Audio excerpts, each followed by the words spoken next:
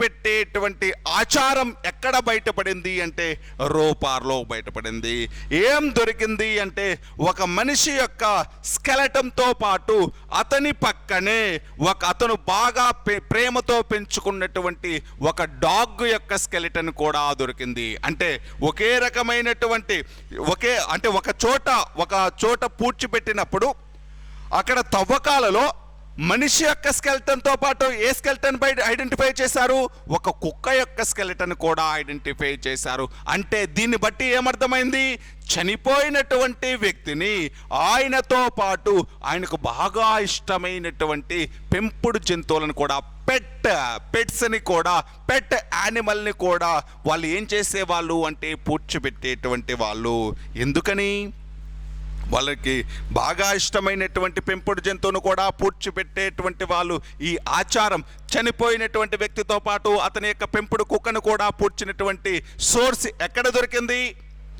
రోపార్. అర్థమవుతుందని చెప్పేది? ఒక్కసారి వినండి. రోపార్ అనేటువంటిది ఎక్కడుందని చెప్తున్నాను? పంజాబు. ఏ నది ఒడ్డున ఉంది? సట్లెజ్ నది ఒడ్డున ఉంది. అక్కడ ఎక్స్కవేషన్స్ చేసినటువంటి వ్యక్తి ఎవరు? డిడి కౌశాంబి. ఏం ఐడెంటిఫై చేశారు? Dog skeleton along with human skeleton. Dog skeleton ని ఐడెంటిఫై చేశారు. ఇది దేనికి దీన్ని బట్టి ఏమర్థమైంది?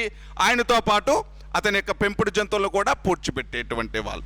ఇది అల్టిమేట్గా దేనికి సింబలు అంటే పునర్జన్మక సింబల్. దేనికి సింబల్ అండి? రీబర్త్.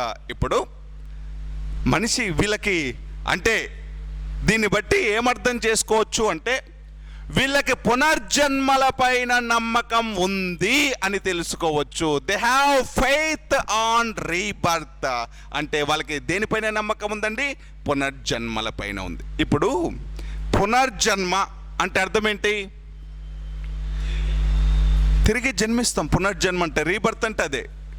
ఈ శరీరాన్ని వదిలేసి ఇంకొక శరీరంలోకి రావడమే పునర్జన్మ. అంతేనా? ఈ బాడీని వదిలేసి సోల్ ఉంటుంది. ఆ సోల్ అనేటువంటిది వేరొక బాడీలోకి రావడమే మళ్ళీ పునర్జన్మ. అంటే ఇప్పుడు చనిపోయాడు మనిషి, వాడు మళ్ళీ ఏం రావాలి? ఇంకొక రూపంలోకి ఇంకొకసారి పుట్టాలి. చనిపోయినటువంటి వ్యక్తిని పూడ్చిపెట్టేస్తున్నాం. మరి పూడ్చిపెట్టినటువంటి వాడి అవసరాలు తీరాలిగా. పూడ్చిపెట్టినటువంటి అవసరాలు మరి ఇక్కడేమో బాగా కుక్కను పెంచుకున్నాడు. మరి అంటే చనిపోయిన తర్వాత భూమి లోపల ఉన్న తర్వాత అతనికి దాని మీద బెంగ కలిగితే అందుకని దాన్ని కూడా పూడ్చిపెట్టాడు. దానితో పాటు ఆ చనిపోయినటువంటి వ్యక్తితో పాటు అతనికి జ్యువెలరీ ఆర్నమెంట్ ఇప్పుడు కూడా చూడండి వేస్తాం. ఎవరన్నా చనిపోతే అతనికి బాగా ఇష్టమైన రేడియోనో టీవీనో లేకపోతే అతను బాగా వేసుకున్నటువంటి మంచి మంచి బట్టలో వస్తువులు ఇష్టమైనవన్నీ వేస్తామా లేమో పూడ్చిపెట్టేటప్పుడు వేస్తాం. దేనికి సింబలు అంటే ఆయన చనిపోయాడు, లోపలున్నాడు. లోపల ఉన్నటువంటి వ్యక్తికి జ్యువెలరీ ఒక్కొక్కసారి ఏం దొరికేటివి అంటే ఆయన వేసుకున్నటువంటి ఆయనకు బాగా ఇష్టమైనటువంటి ఆర్నమెంట్స్, జ్యువెలరీ, బంగారం కూడా దొరికేటువంటిది. దానితో పాటు ఫుడ్ మెటీరియల్ కూడా దొరికేటువంటి అంటే గ్రానరీస్ అనేటువంటివి అంటే ఈ గింజలు అనేటువంటివి కూడా ఆహారం అనేటువంటిది కూడా లోపల ఉన్నటువంటి వ్యక్తికి మరి తినాలి కదా. తినడం కోసం ఆహారం అనేటువంటిది కూడా పెట్టేసేటువంటి వాళ్ళు, పెంపుడు జంతువులు కూడా పెట్టేసేటువంటి వాళ్ళు. అంటే చనిపోయిన వ్యక్తితో పాటు ఇవన్నీ కలిపి పూడ్చిపెట్టడం అల్టిమేట్గా దేనికి సింబలు? పునర్జన్మకు సింబలు. ఆయన ఉన్నన్ని రోజులు ఉన్నన్ని రోజులు వీటన్నిటిని యూసేజ్ కోసం పెట్టడం జరుగుతుంది అంతే. మళ్ళీ బయటకు వచ్చేంత వరకు ఆయన కావాలి కదా, అందుకోసం పెట్టినటువంటివే ఇవన్నీ. అంటే సింధు ప్రజలకి పునర్జన్మల పైన నమ్మకం ఉందా లేదా? ఇది అల్టిమేట్గా నేను చెప్పాలనుకుంటున్నది. ఉందా లేదా? ఉంది. కాబట్టి ఆయనతో పాటు ఏం పెట్టి పూజ చేశారు? అతని యొక్క పెంపుడు జంతువును పెట్టి కూడా పూజ చేయడం జరిగింది. అంటే సింధు ప్రజలకి పునర్జన్మల పైన నమ్మకం. అంటే ఇంతకుముందు ఒకటి చెప్పాను, సింధు ప్రజలకి అంటే వాళ్ళకి సంబంధించిన హోమగుండాలు ఎక్కడ బయటపడ్డాయి? కాళీబంగ్. అంటే వాళ్ళు యజ్ఞాలు యాగాలు చేశారా? అంటే జంతు బలులు చేశారా లేదా? చేశారు. అంటే సింధు ప్రజలు జంతు బలులు ఫాలో అయ్యారా లేదా అంటే ఏం చెప్పాలి? అయ్యారు. పునర్జన్మల పైన నమ్మకం ఉందా లేదా? ఉంది. ఓకేనా? పునర్జన్మల పైన నమ్మకం ఉంది. అలా రోపార్ అనేటువంటి ప్రాంతంలో చనిపోయినటువంటి యజమానితో పాటు తన యొక్క పెంపుడు జంతువును కూడా పూడ్చిపెట్టడం జరిగింది, కుక్కను కూడా పూడ్చిపెట్టడం జరిగింది. ఇది దేనికి సంబంధించిందండి? రోపార్. అందుకే ఒక్కొక్క దానికి ఒక్కొక్కటి ఫేమస్ సేలెంట్ ఫీచర్స్ ఉంటాయి. అందుకని నేను ఒక్కొక్క సిటీ గురించి చెప్పుకుంటూ వెళ్ళిపోదాం. ఇది దేనికి సంబంధించింది? రోపార్. నెక్స్ట్ రంగపూర్ అని పెట్టుకోండి. ఇంకొక సిటీ పేరండి రంగపూర్.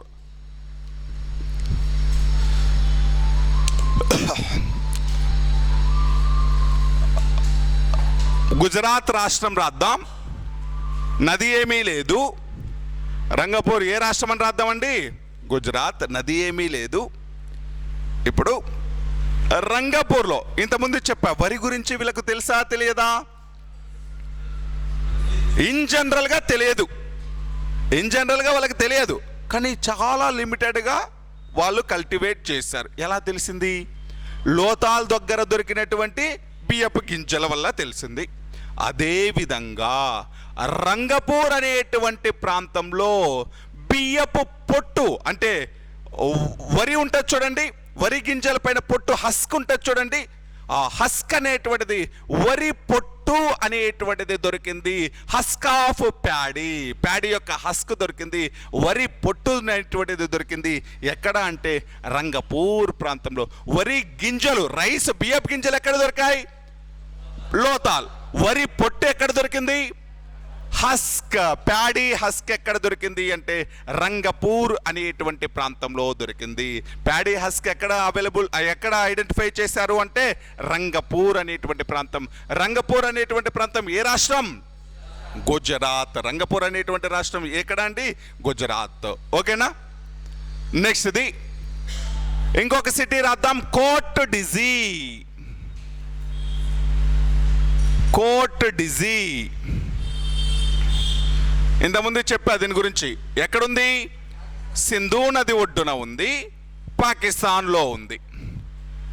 ఇక్కడ స్పెషాలిటీ ఏంటి అంటే కోట్ డిజీ అనేటువంటిది ఏం దొరికింది, ఏం ఐడెంటిఫై చేశారు అంటే రాతి బాణాలు, స్టోన్ యారోస్. రాతి బాణాలు, స్టోన్ యారోస్. రాయితో తయారు చేసినటువంటి బాణాలు, యారోస్ ఉంటాయి చూడండి, అవి స్టోన్తో తయారు చేసినటువంటి యారోస్ అనేటువంటివి, రాతి బాణాలు అనేటువంటివి ఎక్కడ ఐడెంటిఫై చేశారు అంటే కోట్ డిజీ అనేటువంటి ప్రాంతం. ఇంకొకటి ఇంపార్టెంట్ ఫీచర్ ఏంటి అంటే కోట్ డిజీ, సింధు నాగరికత ఎలా అంతమైపోయింది? ఒక రీజన్ చెప్పండి, ఆర్యుల దండయాత్ర. ఇంకొక రీజన్ చెప్పండి, వరదలు. ఇంకొక రీజన్ చెప్పండి, ప్రకృతి విపత్తులు, అంటే భూకంపాలు కావచ్చు, నదులు ఎండిపోవడం కావచ్చు, ఇలా డిఫరెంట్. ఈ ప్రకృతి విపత్తుల్లోనే ఒకటి అగ్ని ప్రమాదము అనేటువంటిది కూడా. ఫైర్ యాక్సిడెంట్ కూడా ఒక డిజాస్టర్ అయినా, ఒక విపత్తేనా? మరి అగ్ని ప్రమాదం వల్ల అంతమైనట్లు ఆధారం దొరికినటువంటి పట్టణం కోట్ డిజీ. అంటే మొహెంజోదారో అనేటువంటిది 7 సార్లు ఫ్లడ్స్ ఫేస్ చేసింది, 7 సార్లు వరదకు గురైంది మొహెంజోదారో. మొహెంజోదారోలో ఇంతకుముందు చెప్పాం, మృతుల దిబ్బ అని చెప్పాం, స్కెల్టన్స్ అన్ని దొరికినాయి. స్కెలటన్స్కి ఏమి ఐడెంటిఫై చేశారు అంటే కత్తితో పొడిచినట్టు గాయాలు అనేటివి, ఎముకలకి డ్యామేజ్ జరిగింది. ఎముకల్ని ఏం చేశారు అంటే ఒక పదునైన ఆయుధంతో పొడిచినట్టు డ్యామేజ్ దొరికింది. అంటే ఆ పదునైన ఆయుధంతో పొడిచారు అంటే అర్థమైంది, ఖచ్చితంగా వాడికై వాడు చవలేదు, ఎవడో చంపేశాడు. ఆ ఎవడు? ఆర్యులు. అర్థమవుతుందా నేను చెప్పేది అర్థమవుతుందా? మొహెంజోదారో అనేటువంటి ఏరియాలో స్కెలటన్స్ అన్నీ ఒకే చోట ఐడెంటిఫై చేసినప్పుడు ఆ స్కెలటన్లో ఒక స్కెలటన్కి ఏం దొరికింది అంటే, ఒక స్కెలటన్లో ఏం ఐడెంటిఫై చేశారు అంటే వెపన్స్తో దాడి చేసినట్లు ఆ బోన్స్ విరిగిపోవడం, ఫ్రాక్చర్ అవ్వడం కానీ, లేకపోతే వాటికి కత్తితో చేసినటువంటి గాయాలు అనేటువంటివి బయటపడింది. కాబట్టి అంటే వాడికై వాడు మామూలుగా చనిపోతే గాయాలు అవుతాయా? అవ్వవు. వాడిని ఎవడో సమ్ పర్సన్ చంపేశాడు. వాడెవడు? ఆర్యులు అని తెలుస్తుంది. అదేవిధంగా ఈ కోర్ట్ డిజీ అనేటువంటి పట్టణం ఫైర్ యాక్సిడెంట్ వల్ల నాశనమైపోయింది. ఈ ఫైర్ యాక్సిడెంట్ వల్ల, అగ్ని ప్రమాదం వల్ల అంతమైపోయింది అని ఆధారం దొరికింది. సోర్స్ అనేటువంటిది ఇక్కడ ఏం సోర్స్ దొరికింది అంటే అగ్ని ప్రమాదం వల్ల అంతమైపోయినటువంటి సిటీ ఏంటి అంటాడు ఎప్పుడైనా ఎగ్జామ్లో. ఫైర్ యాక్సిడెంట్ వల్ల డిక్లైన్ అయిపోయిన, ఎండ్ అయిపోయినటువంటి సిటీ ఏంటి అంటే ఈ కోర్ట్ డిజీ అనేటువంటిది. అగ్ని ప్రమాదం వల్ల అంతమైపోయినటువంటి సిటీ ఏంటి అంటే కోర్ట్ డిజీ. నేను మళ్ళీ డిక్లైన్మెంట్ దగ్గర చెప్తాను. నేను ఏ సిటీకి సంబంధించిన ఫీచర్ అది చెప్తున్నాను. కోర్ట్ డిజీ అనగానే ఏ నది ఒడ్డున ఉంది? సింధు నది. అక్కడ దొరికినటువంటి మెయిన్ సోర్సులు ఏంటి? ఒకటి రాతి బాణాలు, రెండవది సోర్స్ ఏంటి? ఫైర్ యాక్సిడెంట్ వల్ల ఎండ్ అయినట్టు సోర్సెస్ అనేటువంటివి దొరికింది. ఎక్కడ అంటే కోర్ట్ డిజీ అనేటువంటి ప్రాంతం. నెక్స్ట్ ఇంకొక సిటీ పేరు రాద్దాం, అంబ్రీ. ఇంకొక సిటీ రాద్దాం, అంబ్రీ. ఇది కూడా ఏ నది ఒడ్డు? సింధు. ఏ దేశం? పాకిస్తాన్. అంబ్రీ అనేటువంటి దాంట్లో ఇంతకుముందు చెప్పాను ఏ కల్చర్కి సంబంధించిన సోర్స్ దొరికింది? జుంగార్ సంస్కృతి. జుంగార్ కల్చర్కు సంబంధించినటువంటి సోర్స్ అనేటువంటిది ఐడెంటిఫై చేయడం జరిగింది. జుంగార్కి సంబంధించినటువంటి, జుంగార్ కల్చర్కి సంబంధించినటువంటి సోర్స్ని ఐడెంటిఫై చేయడం జరిగింది. దీనితో పాటు రైనోసెరాస్ అంటే ఖడ్గ మృగానికి సంబంధించినటువంటి సోర్స్ను ఐడెంటిఫై చేయడం జరిగింది. రైనోసెరాస్ ఖడ్గ మృగానికి సంబంధించినటువంటి సోర్సు అంటే స్కెలెటన్ అండి. రైనోసెరాస్కి సంబంధించినటువంటి ఈ ఖడ్గ మృగానికి సంబంధించినటువంటి సోర్స్ను ఐడెంటిఫై చేయడం జరిగింది అంబ్రీ అనేటువంటి ప్రాంతంలో. జుంగార్ కల్చర్ని ఐడెంటిఫై చేశారు, రైనోసెరాస్కు సంబంధించినటువంటి సోర్స్ని కూడా ఐడెంటిఫై చేయడం జరిగింది. నెక్స్ట్ రాద్దాం, సుర్కోటుడా.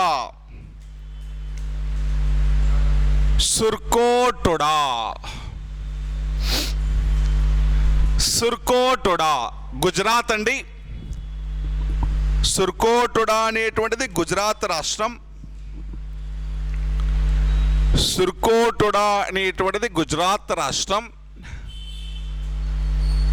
ఇక్కడ హార్స్ స్కెలటన్, గుర్రపు అస్థి పంజరం అనేటువంటిది బయటపడింది.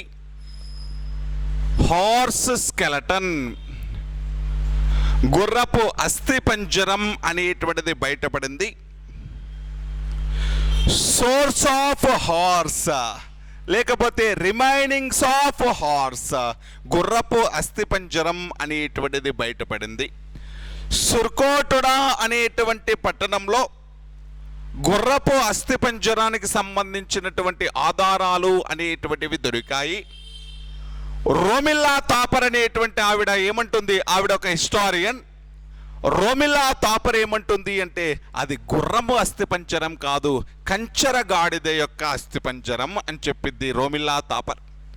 అది హార్స్ యొక్క స్కెల్టన్ కాదు, అది ఒక యాష్ యొక్క స్కెలటను, కంచర గాడిద యొక్క స్కెలటను అని చెప్పిద్ది ఎవరు అంటే రోమిల్లా తాపర్. కానీ మనము గుర్రపు అస్థిపంజరం ఎక్కడ దొరికింది అంటే ఏం చెప్పాలి? అంటే ఆవిడ ఒక్కడే చెప్పింది కంచరగాడిదని, మిగతా వాళ్ళందరూ కూడా అది ఏ స్కెల్టన్ అని నమ్ముతున్నారు? గుర్రపు అస్థిపంజరం అని నమ్మడం జరుగుతుంది. కింద అటువంటి వచ్చినప్పుడు నోట్ అని పెట్టుకుని రోమిల్లా తాపర్ యొక్క అభిప్రాయం అంతే. ఓకేనా? గుర్రపు అస్థిపంజరం ఎక్కడ దొరికింది? సుర్కోటుడా. మనకి ఎగ్జామ్లో అడగగానే హార్స్ స్కెల్టన్ ఐడెంటిఫై చేసిన ప్లేస్ ఏంటి అంటే ఏం పెట్టాలి? సుర్కోటుడా. కానీ నోట్లో రోమిల్లా తాపర్ అది గుర్రపు అస్థిపంజరం కాదు, కంచరగాడిద యొక్క అస్థిపంజరం అని చెప్పడం జరిగింది. ఇప్పుడు దీనికి క్లారిటీ ఇస్తాను చూడండి. సింధు ప్రజలకి బాగా ఇష్టమైనటువంటి యానిమల్ బుల్లు, ఎద్దు. సింధు ప్రజలకి అనేక జంతువులు తెలుసు, కానీ తెలియనటువంటి యానిమల్ హార్స్ అనేటువంటిది. సింధు ప్రజలకు తెలియనటువంటి జంతువు ఏంటండి? హార్స్. దానితో పాటు లయన్. ఈ గుర్రం తెలియదు, సింహం తెలియదు. ఎవరికి అంటే సింధు ప్రజలకి.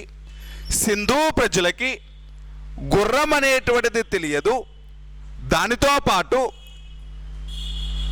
లయన్ అనేటువంటిది కూడా, సింహం అనేటువంటిది కూడా తెలియదు అని చరిత్రకారులు నమ్మడం జరిగింది. కానీ సుర్కోటుడా అనేటువంటి ప్రాంతంలో గుర్రపు అస్థిపంజరాన్ని ఐడెంటిఫై చేయడంతో వీళ్ళకి గుర్రం గురించి తెలుసు అని చరిత్రకారులు నమ్మడం జరుగుతుంది. ఒక్కసారి ఇక్కడ మీరు కన్ఫ్యూజ్ అవ్వద్దు, ఏమీ లేదు. చరిత్రకారుల నమ్మకం ప్రకారం సింధు ప్రజలకు తెలియనటువంటి జంతువేంటి? గుర్రం. కానీ సుర్కోటుడా అనేటువంటి ప్రాంతంలో ఏం దొరికింది? గుర్రం అస్థిపంజరం దొరికింది. దీన్ని బట్టి వీళ్ళకి గుర్రం గురించి తెలుసు, కానీ వెరీ లిమిటెడ్గా తెలుసు, చాలా తక్కువగా తెలుసు, పెద్దగా ఉపయోగించలేదు గుర్రాన్ని. ఎవరు? సింధు ప్రజలు. ఇప్పుడు సింధు ప్రజలకు తెలియనటువంటి పంట ఏంటి అంటే ఏం చెప్పాలి? వరి. సింధు ప్రజలకు నాగల గురించి తెలుసా తెలియదా అంటే తెలియదు. సింధు ప్రజలు అనేటువంటి వాళ్ళకు తెలియని జంతువు ఏంటి అంటే ఏం చెప్పాలి? గుర్రము. ఓకేనా? కానీ వాటికి సంబంధించిన సోర్సెస్ దొరికాయా లేదా? ఎక్కడెక్కడ దొరికాయి? ఏం దొరికాయి? లిమిటెడ్ సోర్సెస్ దొరికాయి. అవి ఐడియా ఉండాలి. అర్థమవుతుందా? ఎగ్జామ్లో క్వశ్చన్ ఎలా అడుగుతున్నాడు అనేటువంటి దాన్ని బేస్ చేసుకొని మన ఆన్సర్ అనేటువంటిది ఉండాలి. అందుకే మీకు డౌట్ వస్తుందని నేనే క్లారిటీగా చెప్తున్నాను. దొరికింది సోర్సెస్, కానీ లిమిటెడ్గా దొరికింది, చాలా తక్కువ మొత్తంలో మాత్రమే వీళ్ళకు తెలుసు. వాళ్ళకు ఇన్ జనరల్గా వాళ్ళకు తెలుసా అంటే తెలియదు అని పెట్టాలి. ఇన్ జనరల్గా వాళ్ళకి తెలుసు అంటే తెలియదు. ఓకేనా? సుర్కోటడా అనేటువంటి ప్రాంతంలో ఏం దొరికిందండి? Skeleton of horse, remainings of horse, గుర్రం యొక్క అస్థిపంజరం అనేటువంటిది దొరికింది. యాక్చువల్గా సింధు ప్రజలకి గుర్రం గురించి తెలియదు అనుకునేటువంటి వాళ్ళు, కాకపోతే సుర్కోటడా అనేటువంటి ప్రాంతంలో ఈ అస్థిపంజరం దొరకడంతో వీళ్ళకి గుర్రం గురించి తెలుసు, కానీ చాలా తక్కువ మొత్తంలో తెలుసు, లిమిటెడ్గా తెలుసు అని నమ్మడం జరిగింది. ఇది దేనికి సంబంధించింది? సుర్కోటడా. నెక్స్ట్ రాద్దాం, గుమ్లా. ఇంకొక సిటీ పేరండి గుమ్లా. జమ్మూ కాశ్మీర్ అని పెట్టుకోండి. Gumla.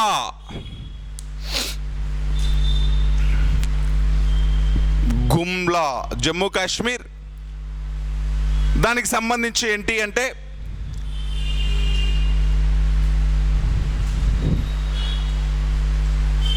Sources of reptile worship, సర్ప పూజకు సంబంధించిన ఆధారం దొరికింది. దేనికి సంబంధించిన ఆధారం దొరికింది అంటే సర్ప పూజ, స్నేక్ వర్షిప్. సర్ప పూజకు సంబంధించినటువంటి ఆధారం దొరికింది. స్నేక్ వర్షిప్ అంటే పాములని పూజించేటువంటి ఆధారం దొరికింది. ఏం దొరికిందండి? పాములను పూజించేటువంటి ఆధారం అనేటువంటిది దొరికింది. సర్ప పూజకు సంబంధించినటువంటి ఆధారం దొరికింది. ఎక్కడ? గుమ్లా. యాక్చువల్గా ఆంధ్ర ప్రాంతంలో, మన ప్రాంతం అంటే కృష్ణా గోదావరి నదుల మధ్యలో ఉండేటువంటి ప్రాంతంలో మొదటగా నివసించినటువంటి జాతి నాగజాతి. నాగజాతి తర్వాత యక్షజాతి అనేటువంటి వాళ్ళు నివసించడం జరిగింది. ఈ నాగజాతి వాళ్ళు అంటే పాములు, వాళ్ళు నాగజాతి వాళ్ళు అంటే ఎటువంటి కష్టం, హార్డిల్ రానంత వరకు, ప్రమాదం రానంత వరకు మనుషుల్లాగా, ప్రమాదం వస్తే పాముల్లాగా, సర్పాలలాగా మారిపోయేటువంటి జాతియే నాగజాతి అనేటువంటిది. ఈ నాగజాతి అనేటువంటిది ఈ కృష్ణా గోదావరి నదీ పరివాహక ప్రాంతంలో నివసించేటువంటిది. ఈ నాగజాతిక నాయకుడు నాగముచలిందుడు అనేటువంటి వ్యక్తి. ఈతనే గౌతమ బుద్ధుడి దగ్గర నుంచి బౌద్ధ మతాన్ని స్వీకరించడం జరిగింది. అంటే ఆంధ్ర ప్రాంతంలో మొట్టమొదటిసారిగా బౌద్ధ మతాన్ని స్వీకరించినటువంటి జాతి నాగజాతి, నాగులు అనేటువంటి వాళ్ళు. దీని తర్వాత యక్షులు అనేటువంటి వాళ్ళు కూడా బౌద్ధ మతాన్ని స్వీకరించడం జరిగింది. ఈ నాగజాతికి సంబంధించినటువంటి నాగరాజు అనేటువంటి వ్యక్తి ఈ బౌద్ధ మతానికి సంబంధించిన అమరావతి స్తూపాన్ని నిర్మించడం జరిగింది. అందుకే అమరావతి స్తూపం పైన ఉన్న తెలుగు పదం నాగబు. అంతేనా? అమరావతి స్తూపం పైన ఉండేటువంటి తెలుగు పదం ఏంటి? మొట్టమొదటి తెలుగు వాడు అంటాం నాగబు. ఎక్కడుంది? అమరావతి స్తూపం పైన. అమరావతి స్తూపం ఏ మతానికి సంబంధించింది? బౌద్ధ మతం. నిర్మించింది ఎవరు? నాగరాజు లేకపోతే వీలుడు అని పిలుస్తాం. నాగరాజు లేకపోతే వీలుడు. మరి వీళ్ళందరి యొక్క జాతి ఏంటి? నాగజాతి. అంటే నాగులు ఏ మతాన్ని స్వీకరించారు? బౌద్ధ మతాన్ని స్వీకరించారు. అర్థమవుతుందా నేను చెప్పేది? అంటే నాగులు, నాగజాతి అంటే వీళ్ళు మనుషులే. ఎప్పటి వరకు? ప్రమాదం రానంత వరకు మనుషుల్లాగా ఉంటారు. ప్రమాదం వస్తే ఎలా మారిపోతారు? పాముల్లాగా మారిపోయేటువంటి జాతి. పాముల్లాగా దానికి నేను చెప్తాను మళ్ళీ. జనమేజయుడు సర్పయాగం చేయడము అవన్నీ కూడా నేను మళ్ళీ స్టోరీ వస్తుంది ఏపీ హిస్టరీలో, అక్కడ చెప్తాను. ఇప్పుడు ఎందుకు చెప్తున్నాను అంటే సర్ప పూజకు సంబంధించినటువంటి దాని గురించి చెప్పాను. చూడండి, మన ఆంధ్ర ప్రాంతంలో కొన్ని పేర్లు ఉంటాయి. ఏమని పేర్లు ఉంటాయి? నాగరాజు పేరుంటుందా? నాగేశ్వరరావు పేరుంటుందా? నాగలక్ష్మి పేరుంటుందా? అంటే అర్థం ఏంటి? నాగలక్ష్మి, నాగరాజు, నాగేశ్వరరావు ఇవన్నీ దేనికి సంబంధించిన ఆధారాలు? మన జాతికి సంబంధించినటువంటి ఆధారాలు. అర్థమవుతుందా? ఓల్డెన్ డేస్లో ఇక్కడ ఉండేటువంటి జాతి నాగజాతి. ఆ జాతికి సంబంధించిన ఆధారాలు అంటే ఇప్పుడు కూడా పాములను పూజిస్తున్నారా? పాములను పూజించేటువంటి నాగపంచమి వచ్చినప్పుడు ఈ నాగుల్ని అంటే పాముల్ని పూజించేటువంటి ఈ సోర్స్ అయితే ఉంది కదా, పాములను పూజించేటువంటి ఆచారం ఉంది కదా. పాములను పూజించేటువంటి ఆచారం ఎక్కడి నుంచి ఉంది? సింధు కాలం నాటి నుంచి ఉంది. సింధు ప్రజలు కూడా పాములను పూజించేటువంటి వాళ్ళు. పామును పూజించినట్లు ఆధారాలు ఎక్కడ దొరికింది? గుమ్లా. సర్ప పూజకు సంబంధించిన ఆధారం ఎక్కడ దొరికింది? గుమ్లా. గుమ్లా ఎక్కడుంది? జమ్మూ కాశ్మీర్. కాశ్మీర్లో ఉండేటువంటిది ఈ గుమ్లా అనేటువంటిది. ఓకేనా? అర్థమవుతుందా నేను చెప్పేది? నెక్స్ట్ సిటీ పేరు రాసుకుందాం, బన్వాలి.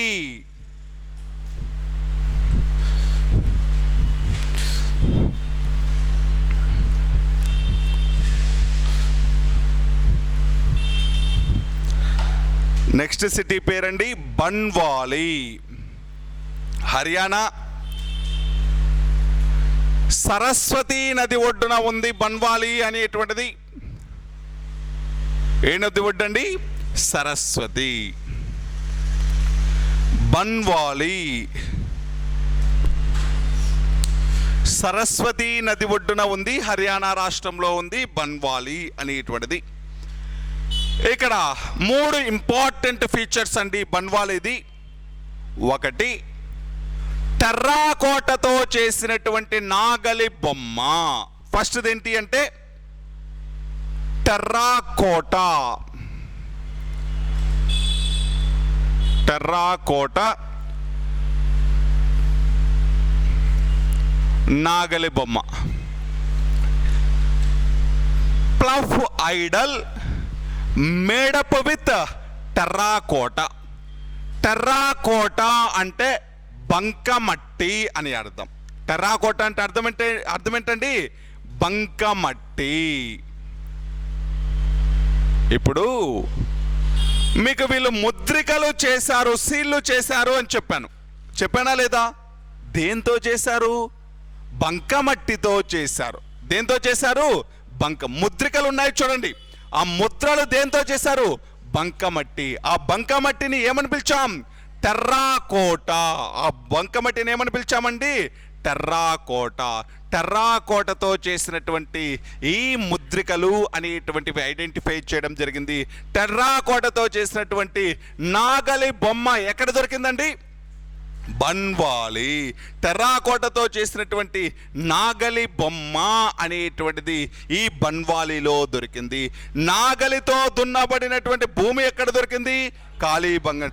నాగలి బొమ్మ ఎక్కడ దొరికింది? బన్వాల్. అంటే వీళ్ళకి నాగలి గురించి తెలుసు.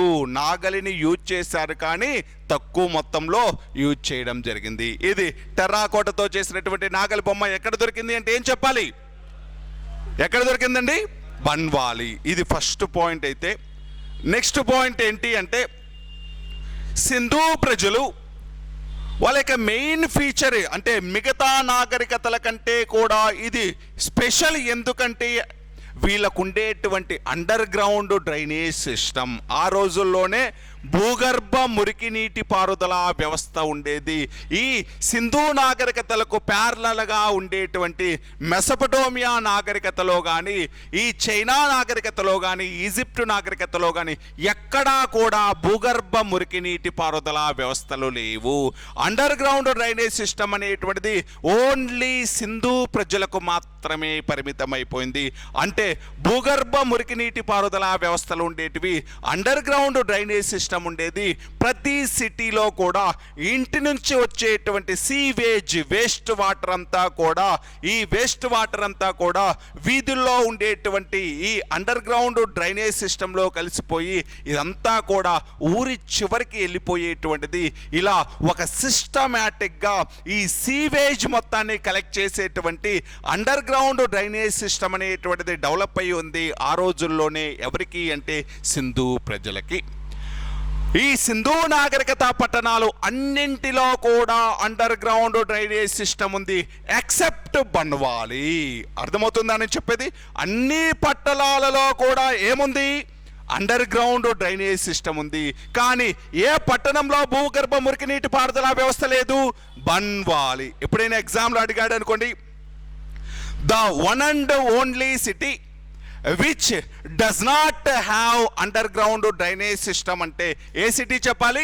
బన్వాలి. భూగర్భ మురికి నీటి పారుదల వ్యవస్థ లేనటువంటి, భూగర్భ మురికి నీటి పారుదల వ్యవస్థ లేనటువంటి ఏకైక సిటీ ఏంటి? ఒకే ఒక పట్టణం ఏంటి? బన్వాలి అనేటువంటిది. ఓకేనా? నెక్స్ట్ది ఇంకొక సేలియంట్ ఫీచర్ అండి. దీనికి మాత్రమే పరిమితం, దీనికి మాత్రమే సొంతం. నేను ఇప్పుడు చెప్పేటివన్నీ కూడా సిటీ అంతటినీ కూడా అర్బన్ ప్లానింగ్ చాలా, అంటే వీళ్ళకి యొక్క పట్టణ నిర్మాణం అనేటువంటిది బాగా డెవలప్ అయి ఉంటుంది. పట్టణాలన్నీ కూడా ఎలా నిర్మించే వాళ్ళు అంటే ఆర్గనైజ్డ్గా నిర్మించేటువంటి వాళ్ళు. అంటే రోడ్లన్నీ కూడా ఉత్తర దక్షిణాలుగా ఉండేటువంటివి. మెయిన్ రోడ్లన్నీ కూడా ఎలా ఉండేటివి అంటే ఉత్తర దక్షిణాలుగా ఉండేటివి. ప్రధాన వీధులు ఉత్తర దక్షిణాలుగా ఉంటే ఉపవీధులు అనేటువంటివి తూర్పు పడమరలుగా ఉండేటివి. ఉపవీధులు అనేటువంటివి ఎలా ఉండేటువంటి? తూర్పు పడమరలుగా ఉండేటువంటివి. ఇలా ప్రధాన వీధులేమో ఉత్తర దక్షిణాలుగా, ఉపవీధులేమో తూర్పు పడమరలుగా ఉండేటివి. ఇవన్నీ కూడా ఒక ఆర్గనైజ్డ్గా నిర్మించేటువంటి వాళ్ళు. ఇలా నిర్మించినటువంటి ఈ రోడ్లన్నిటినీ కూడా పైనుంచి చూస్తే, అంటే కొంత ఎత్తు నుంచి చూస్తే ఒక చెస్ బోర్డు ఉంటుంది చూడండి, ఒక చెస్ బోర్డు లాగా కనిపిస్తుంది ఇదంతా కూడా. ఇప్పుడు ఇవన్నీ కూడా ఎలా కనిపిస్తున్నాయి? ఒక చెస్ బోర్డు లాగా కనిపించడం జరుగుతుంది. దీని యొక్క పొడవు, అదేవిధంగా ఇటువైపు ఉండేటువంటి వెడల్పులు రెండు కూడా, అంటే ఆ రోడ్ల యొక్క పొడవు వెడల్పులు రెండు కూడా, ప్రధాన వీధులు ఉపవీధుల యొక్క పొడవు వెడల్పులు రెండు కూడా దాదాపు సేమ్గా ఉంటాయి. అంటే స్క్వేర్ లాగా ఉంటుంది, ఒక చదరస్రం లాగా ఉంటుంది. కొంత ఎత్తు నుంచి చూస్తే ఈ చెస్ యొక్క, అంటే చెస్ బోర్డు లాగా కనిపిస్తుంది. ఇలా ఈ రోడ్లన్నీ కూడా ఒక ఆర్గనైజ్డ్ వేలో ఒక పొడవు వెడల్పులు సమానంగా నిర్మించేటువంటి ఈ నిర్మాణాన్ని గ్రిడ్ సిస్టమ్ అని పిలవడం జరుగుతుంది. ఏమని పిలుస్తారండి? Grid system. ఏమని పిలుస్తారు అంటే గ్రిడ్ సిస్టమ్. అంటే సింధు ప్రజల యొక్క మరొక ప్రధాన లక్షణం ఏంటి అంటే పట్టణాలన్నీ కూడా గ్రిడ్ పద్ధతిన నిర్మించడం జరుగుతుంది. పట్టణాలన్నిటి కూడా ఏ సిస్టంలో నిర్మించారండి? గ్రిడ్ సిస్టమ్ అంటే పొడవు వెడల్పులు సమానంగా ఉండేటువంటి సిస్టాన్ని గ్రిడ్ సిస్టమ్ అని పిలవడం జరుగుతుంది. పొడవు వెడల్పులు సమానంగా ఉండే సిస్టాన్నే గ్రిడ్ సిస్టమ్. అన్ని నగరాలు, అన్ని సిటీసు గ్రిడ్ పద్ధతిన నిర్మించినప్పటికీ బన్వాలి మాత్రం గ్రిడ్ పద్ధతిన నిర్మించలేదు. The one and only city which constructed without grid system. అంటే ఏం చెప్పాలి అంటే బన్వాలి అని చెప్పాలి. భూగర్భ మురికి నీటి పారుదల వ్యవస్థ లేని ఏకైక పట్టణం ఏంటి? బన్వాలి. గ్రిడ్ పద్ధతిని నిర్మించని ఏకైక నగరం ఏంటి? బన్వాలి. అర్థమవుతుందా? ఈ పట్టణాలన్నింటినీ కూడా ఏ సిస్టంలో నిర్మించారు? గ్రిడ్ పద్ధతిని నిర్మించారు. కానీ బన్వాలిని మాత్రం గ్రిడ్ పద్ధతిలో నిర్మించలేదు. ఈ బన్వాలి ఒక్కటే గ్రిడ్ పద్ధతిలో లేనటువంటి ఏకైక పట్టణం ఏంటండి? Banawali. Under ground drainage system లేని ఏకైక పట్టణం ఏంటి? బన్వాలి. ఎక్కడ ఉంది? హర్యానా రాష్ట్రంలో. ఏ నది ఒడ్డున ఉంది? సరస్వతి. ఏ నది ఒడ్డున ఉందండి? సరస్వతి నది ఒడ్డున ఉంది. ఓకేనా?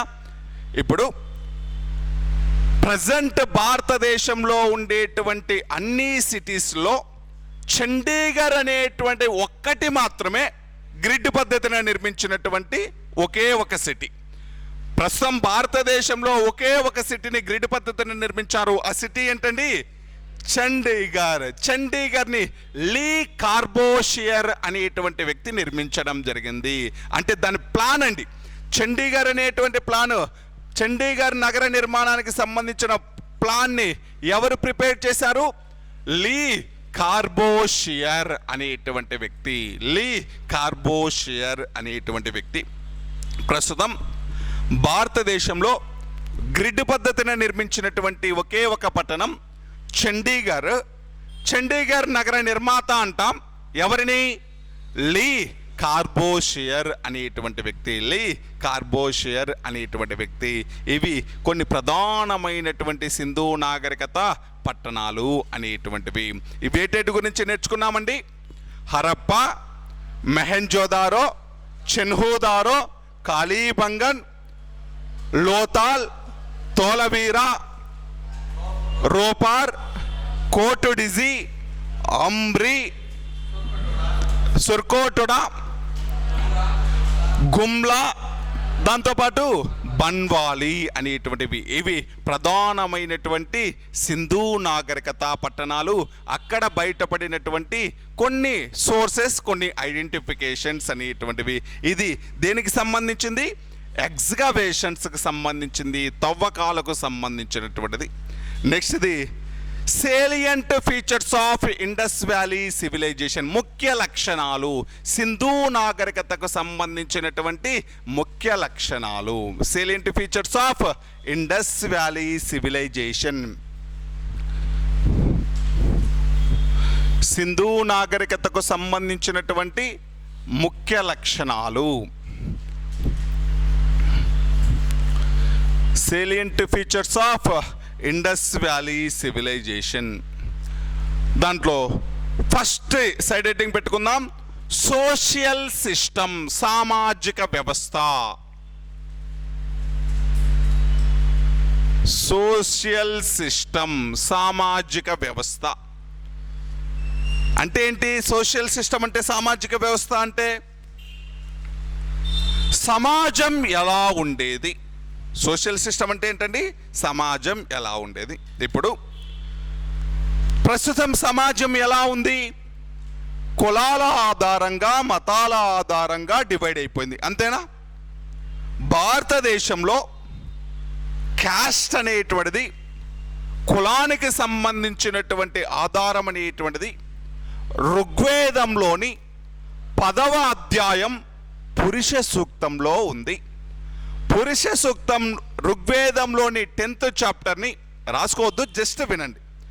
ఋగ్వేదంలోని 10th చాప్టర్ని పురుష సూక్తం అని పిలుస్తాం. మొత్తం 10 అధ్యాయాలు ఉంటాయి. 10వ అధ్యాయాన్ని పురుష సూక్తం అంటాం. ఈ పురుష సూక్తంలో రెండిటికి సంబంధించినటువంటి ఇన్ఫర్మేషన్ ఉంటుంది. ఒకటి విశ్వ ఆవిర్భావం, యూనివర్స్, ఆరిజినేషన్ ఆఫ్ యూనివర్స్. రెండోది ఆరిజినేషన్ ఆఫ్ కాస్ట్ సిస్టమ్, కుల వ్యవస్థ ఎలా వచ్చింది అనేటువంటిది. కుల వ్యవస్థ అనేటువంటిది ఎలా వచ్చింది అనేటువంటి దానికి సంబంధించి ఋగ్వేదంలోని 10వ అధ్యాయం పురుష సూక్తం ఏం చెప్తుంది అంటే, ఈ కులాలన్నీ కూడా బ్రహ్మ నుంచి వచ్చాయి. బ్రహ్మ యొక్క బాడీలోని డిఫరెంట్ పార్ట్స్ నుంచి ఒక్కొక్క పార్ట్ నుంచి ఒక్కొక్క క్యాస్ట్ అనేటువంటిది రావడం జరిగింది, వర్ణాశిష్టం అనేటువంటిది రావడం జరిగింది. బ్రహ్మ యొక్క ముఖం నుంచి వచ్చినటువంటి వాడు, బ్రహ్మజ్ఞానం కలిగినటువంటి వాడు, తెలివైనటువంటి వాడు బ్రాహ్మణుడు. బ్రహ్మ యొక్క బాహువుల నుంచి వచ్చినటువంటి వాడు, షోల్డర్స్ నుంచి వచ్చినటువంటి వాడు, భుజబలం కలిగినటువంటి వాడు, ప్రజలను రక్షించాల్సినటువంటి వాడు క్షత్రియుడు. బ్రహ్మ యొక్క ఊరువుల నుంచి వచ్చినటువంటి వాడు, బ్రహ్మ యొక్క థైస్ నుంచి, తొడల నుంచి వచ్చినటువంటి వాడు, వ్యవసాయము వ్యాపారం చేసి రాజ్యానికి అవసరమైనటువంటి సంపద డబ్బుని ఇవ్వాల్సినటువంటి వాడు వైశ్యుడు. బ్రహ్మ యొక్క పాదాల నుంచి వచ్చినటువంటి వాడు, బ్రహ్మ యొక్క అరికాల నుంచి వచ్చినటువంటి వాడు, పైన ఉండేటువంటి 3 కులాలకి సేవ చేయాల్సినటువంటి వాడు ఈ శూద్రుడు అనేటువంటి వ్యక్తి అని.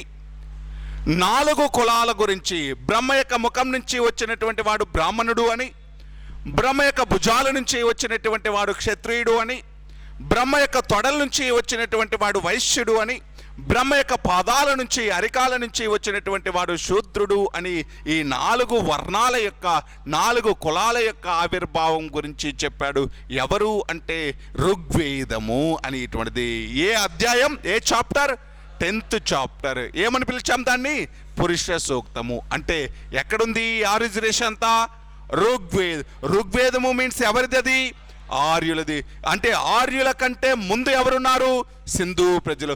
అంటే సింధు ప్రజల కాలం నాటికి కాస్ట్ సిస్టమ్ ఇంకా ఆవిర్భవించలేదు, కుల వ్యవస్థ అనేటువంటిది ఇంకా రాలేదు. అంటే సమాజంలో కాస్ట్ సిస్టమ్ ఉందా? లేదు, కుల వ్యవస్థ లేదు. మరి సమాజాన్ని వర్గీకరించారు దేనిని బేస్ చేసుకొని? వృత్తిని బేస్ చేసుకొని వాళ్ళు చేసేటువంటి పని ఆధారంగా వర్గీకరించడం జరిగింది.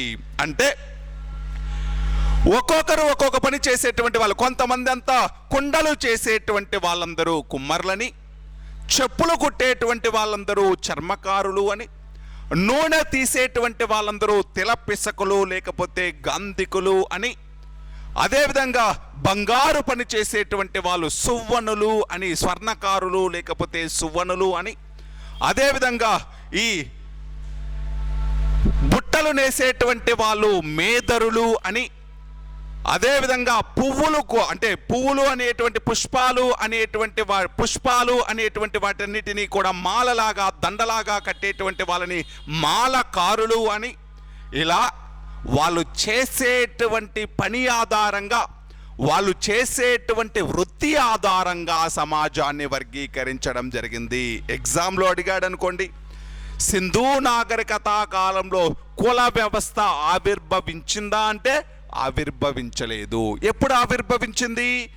ఋగ్వేద కాలంలో కాస్ట్ సిస్టమ్ అనేటువంటిది ఆరిజినేట్ అయింది.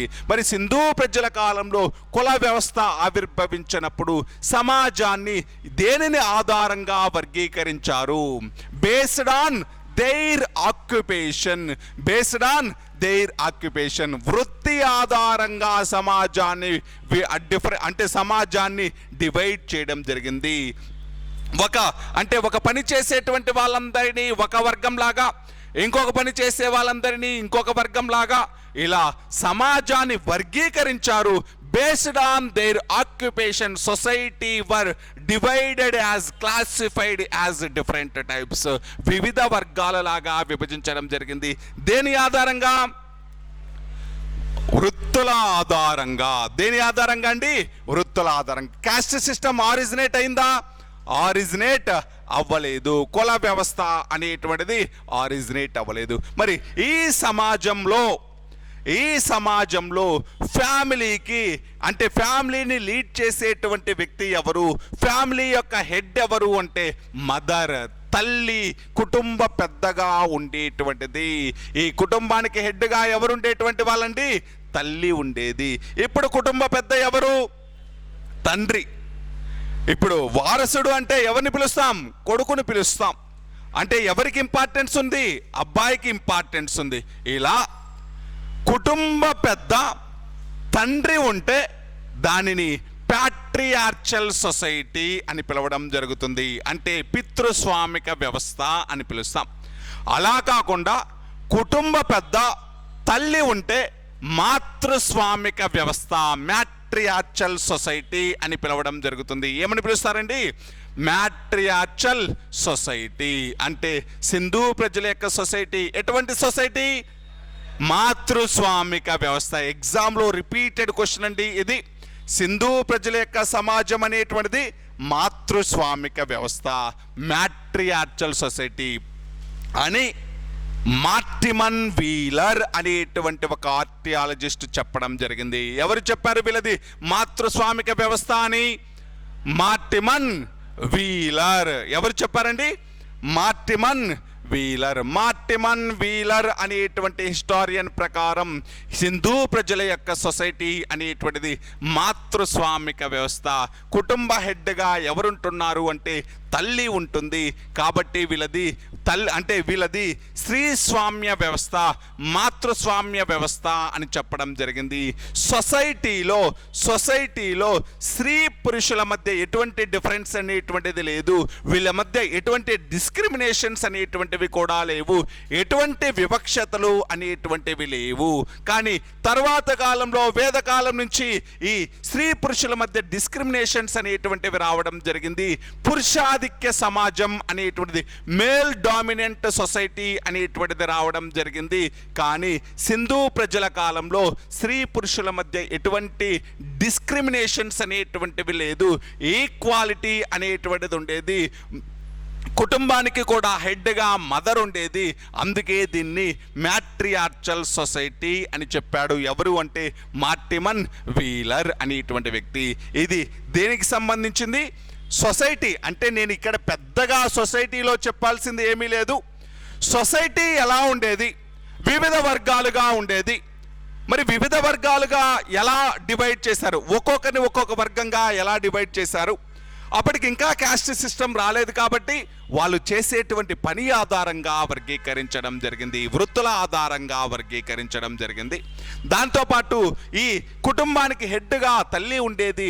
అందుకే ఈ సొసైటీని మ్యాట్రియార్చల్ సొసైటీ, మాతృస్వామిక వ్యవస్థ అని పిలిచాడు. ఎవరు అంటే మార్టిమన్ వీలర్. అదేవిధంగా స్త్రీ పురుషుల మధ్య ఎటువంటి డిస్క్రిమినేషన్స్ అనేటువంటివి లేవు, వివక్షతలు అనేటువంటివి లేవు. ఈ మేల్ డామినెన్స్ సొసైటీ అనేటువంటిది లేదు, పురుషాధిక్య ప్రపంచం అనేటువంటిది లేదు. ఈక్వాలిటీ, స్త్రీ పురుషులు ఇద్దరిని కూడా సమానంగా చూసేటువంటి వాళ్ళు. ఇది దేనికి సంబంధించిందండి? సోషల్ సిస్టానికి సంబంధించింది. నెక్స్ట్ సైడ్ హెడ్డింగ్ పెట్టుకుందాం. ట్రేడింగ్, వ్యాపారము అనేటువంటిది. ట్రేడింగ్, వ్యాపారము అనేటువంటి దానికి సంబంధించి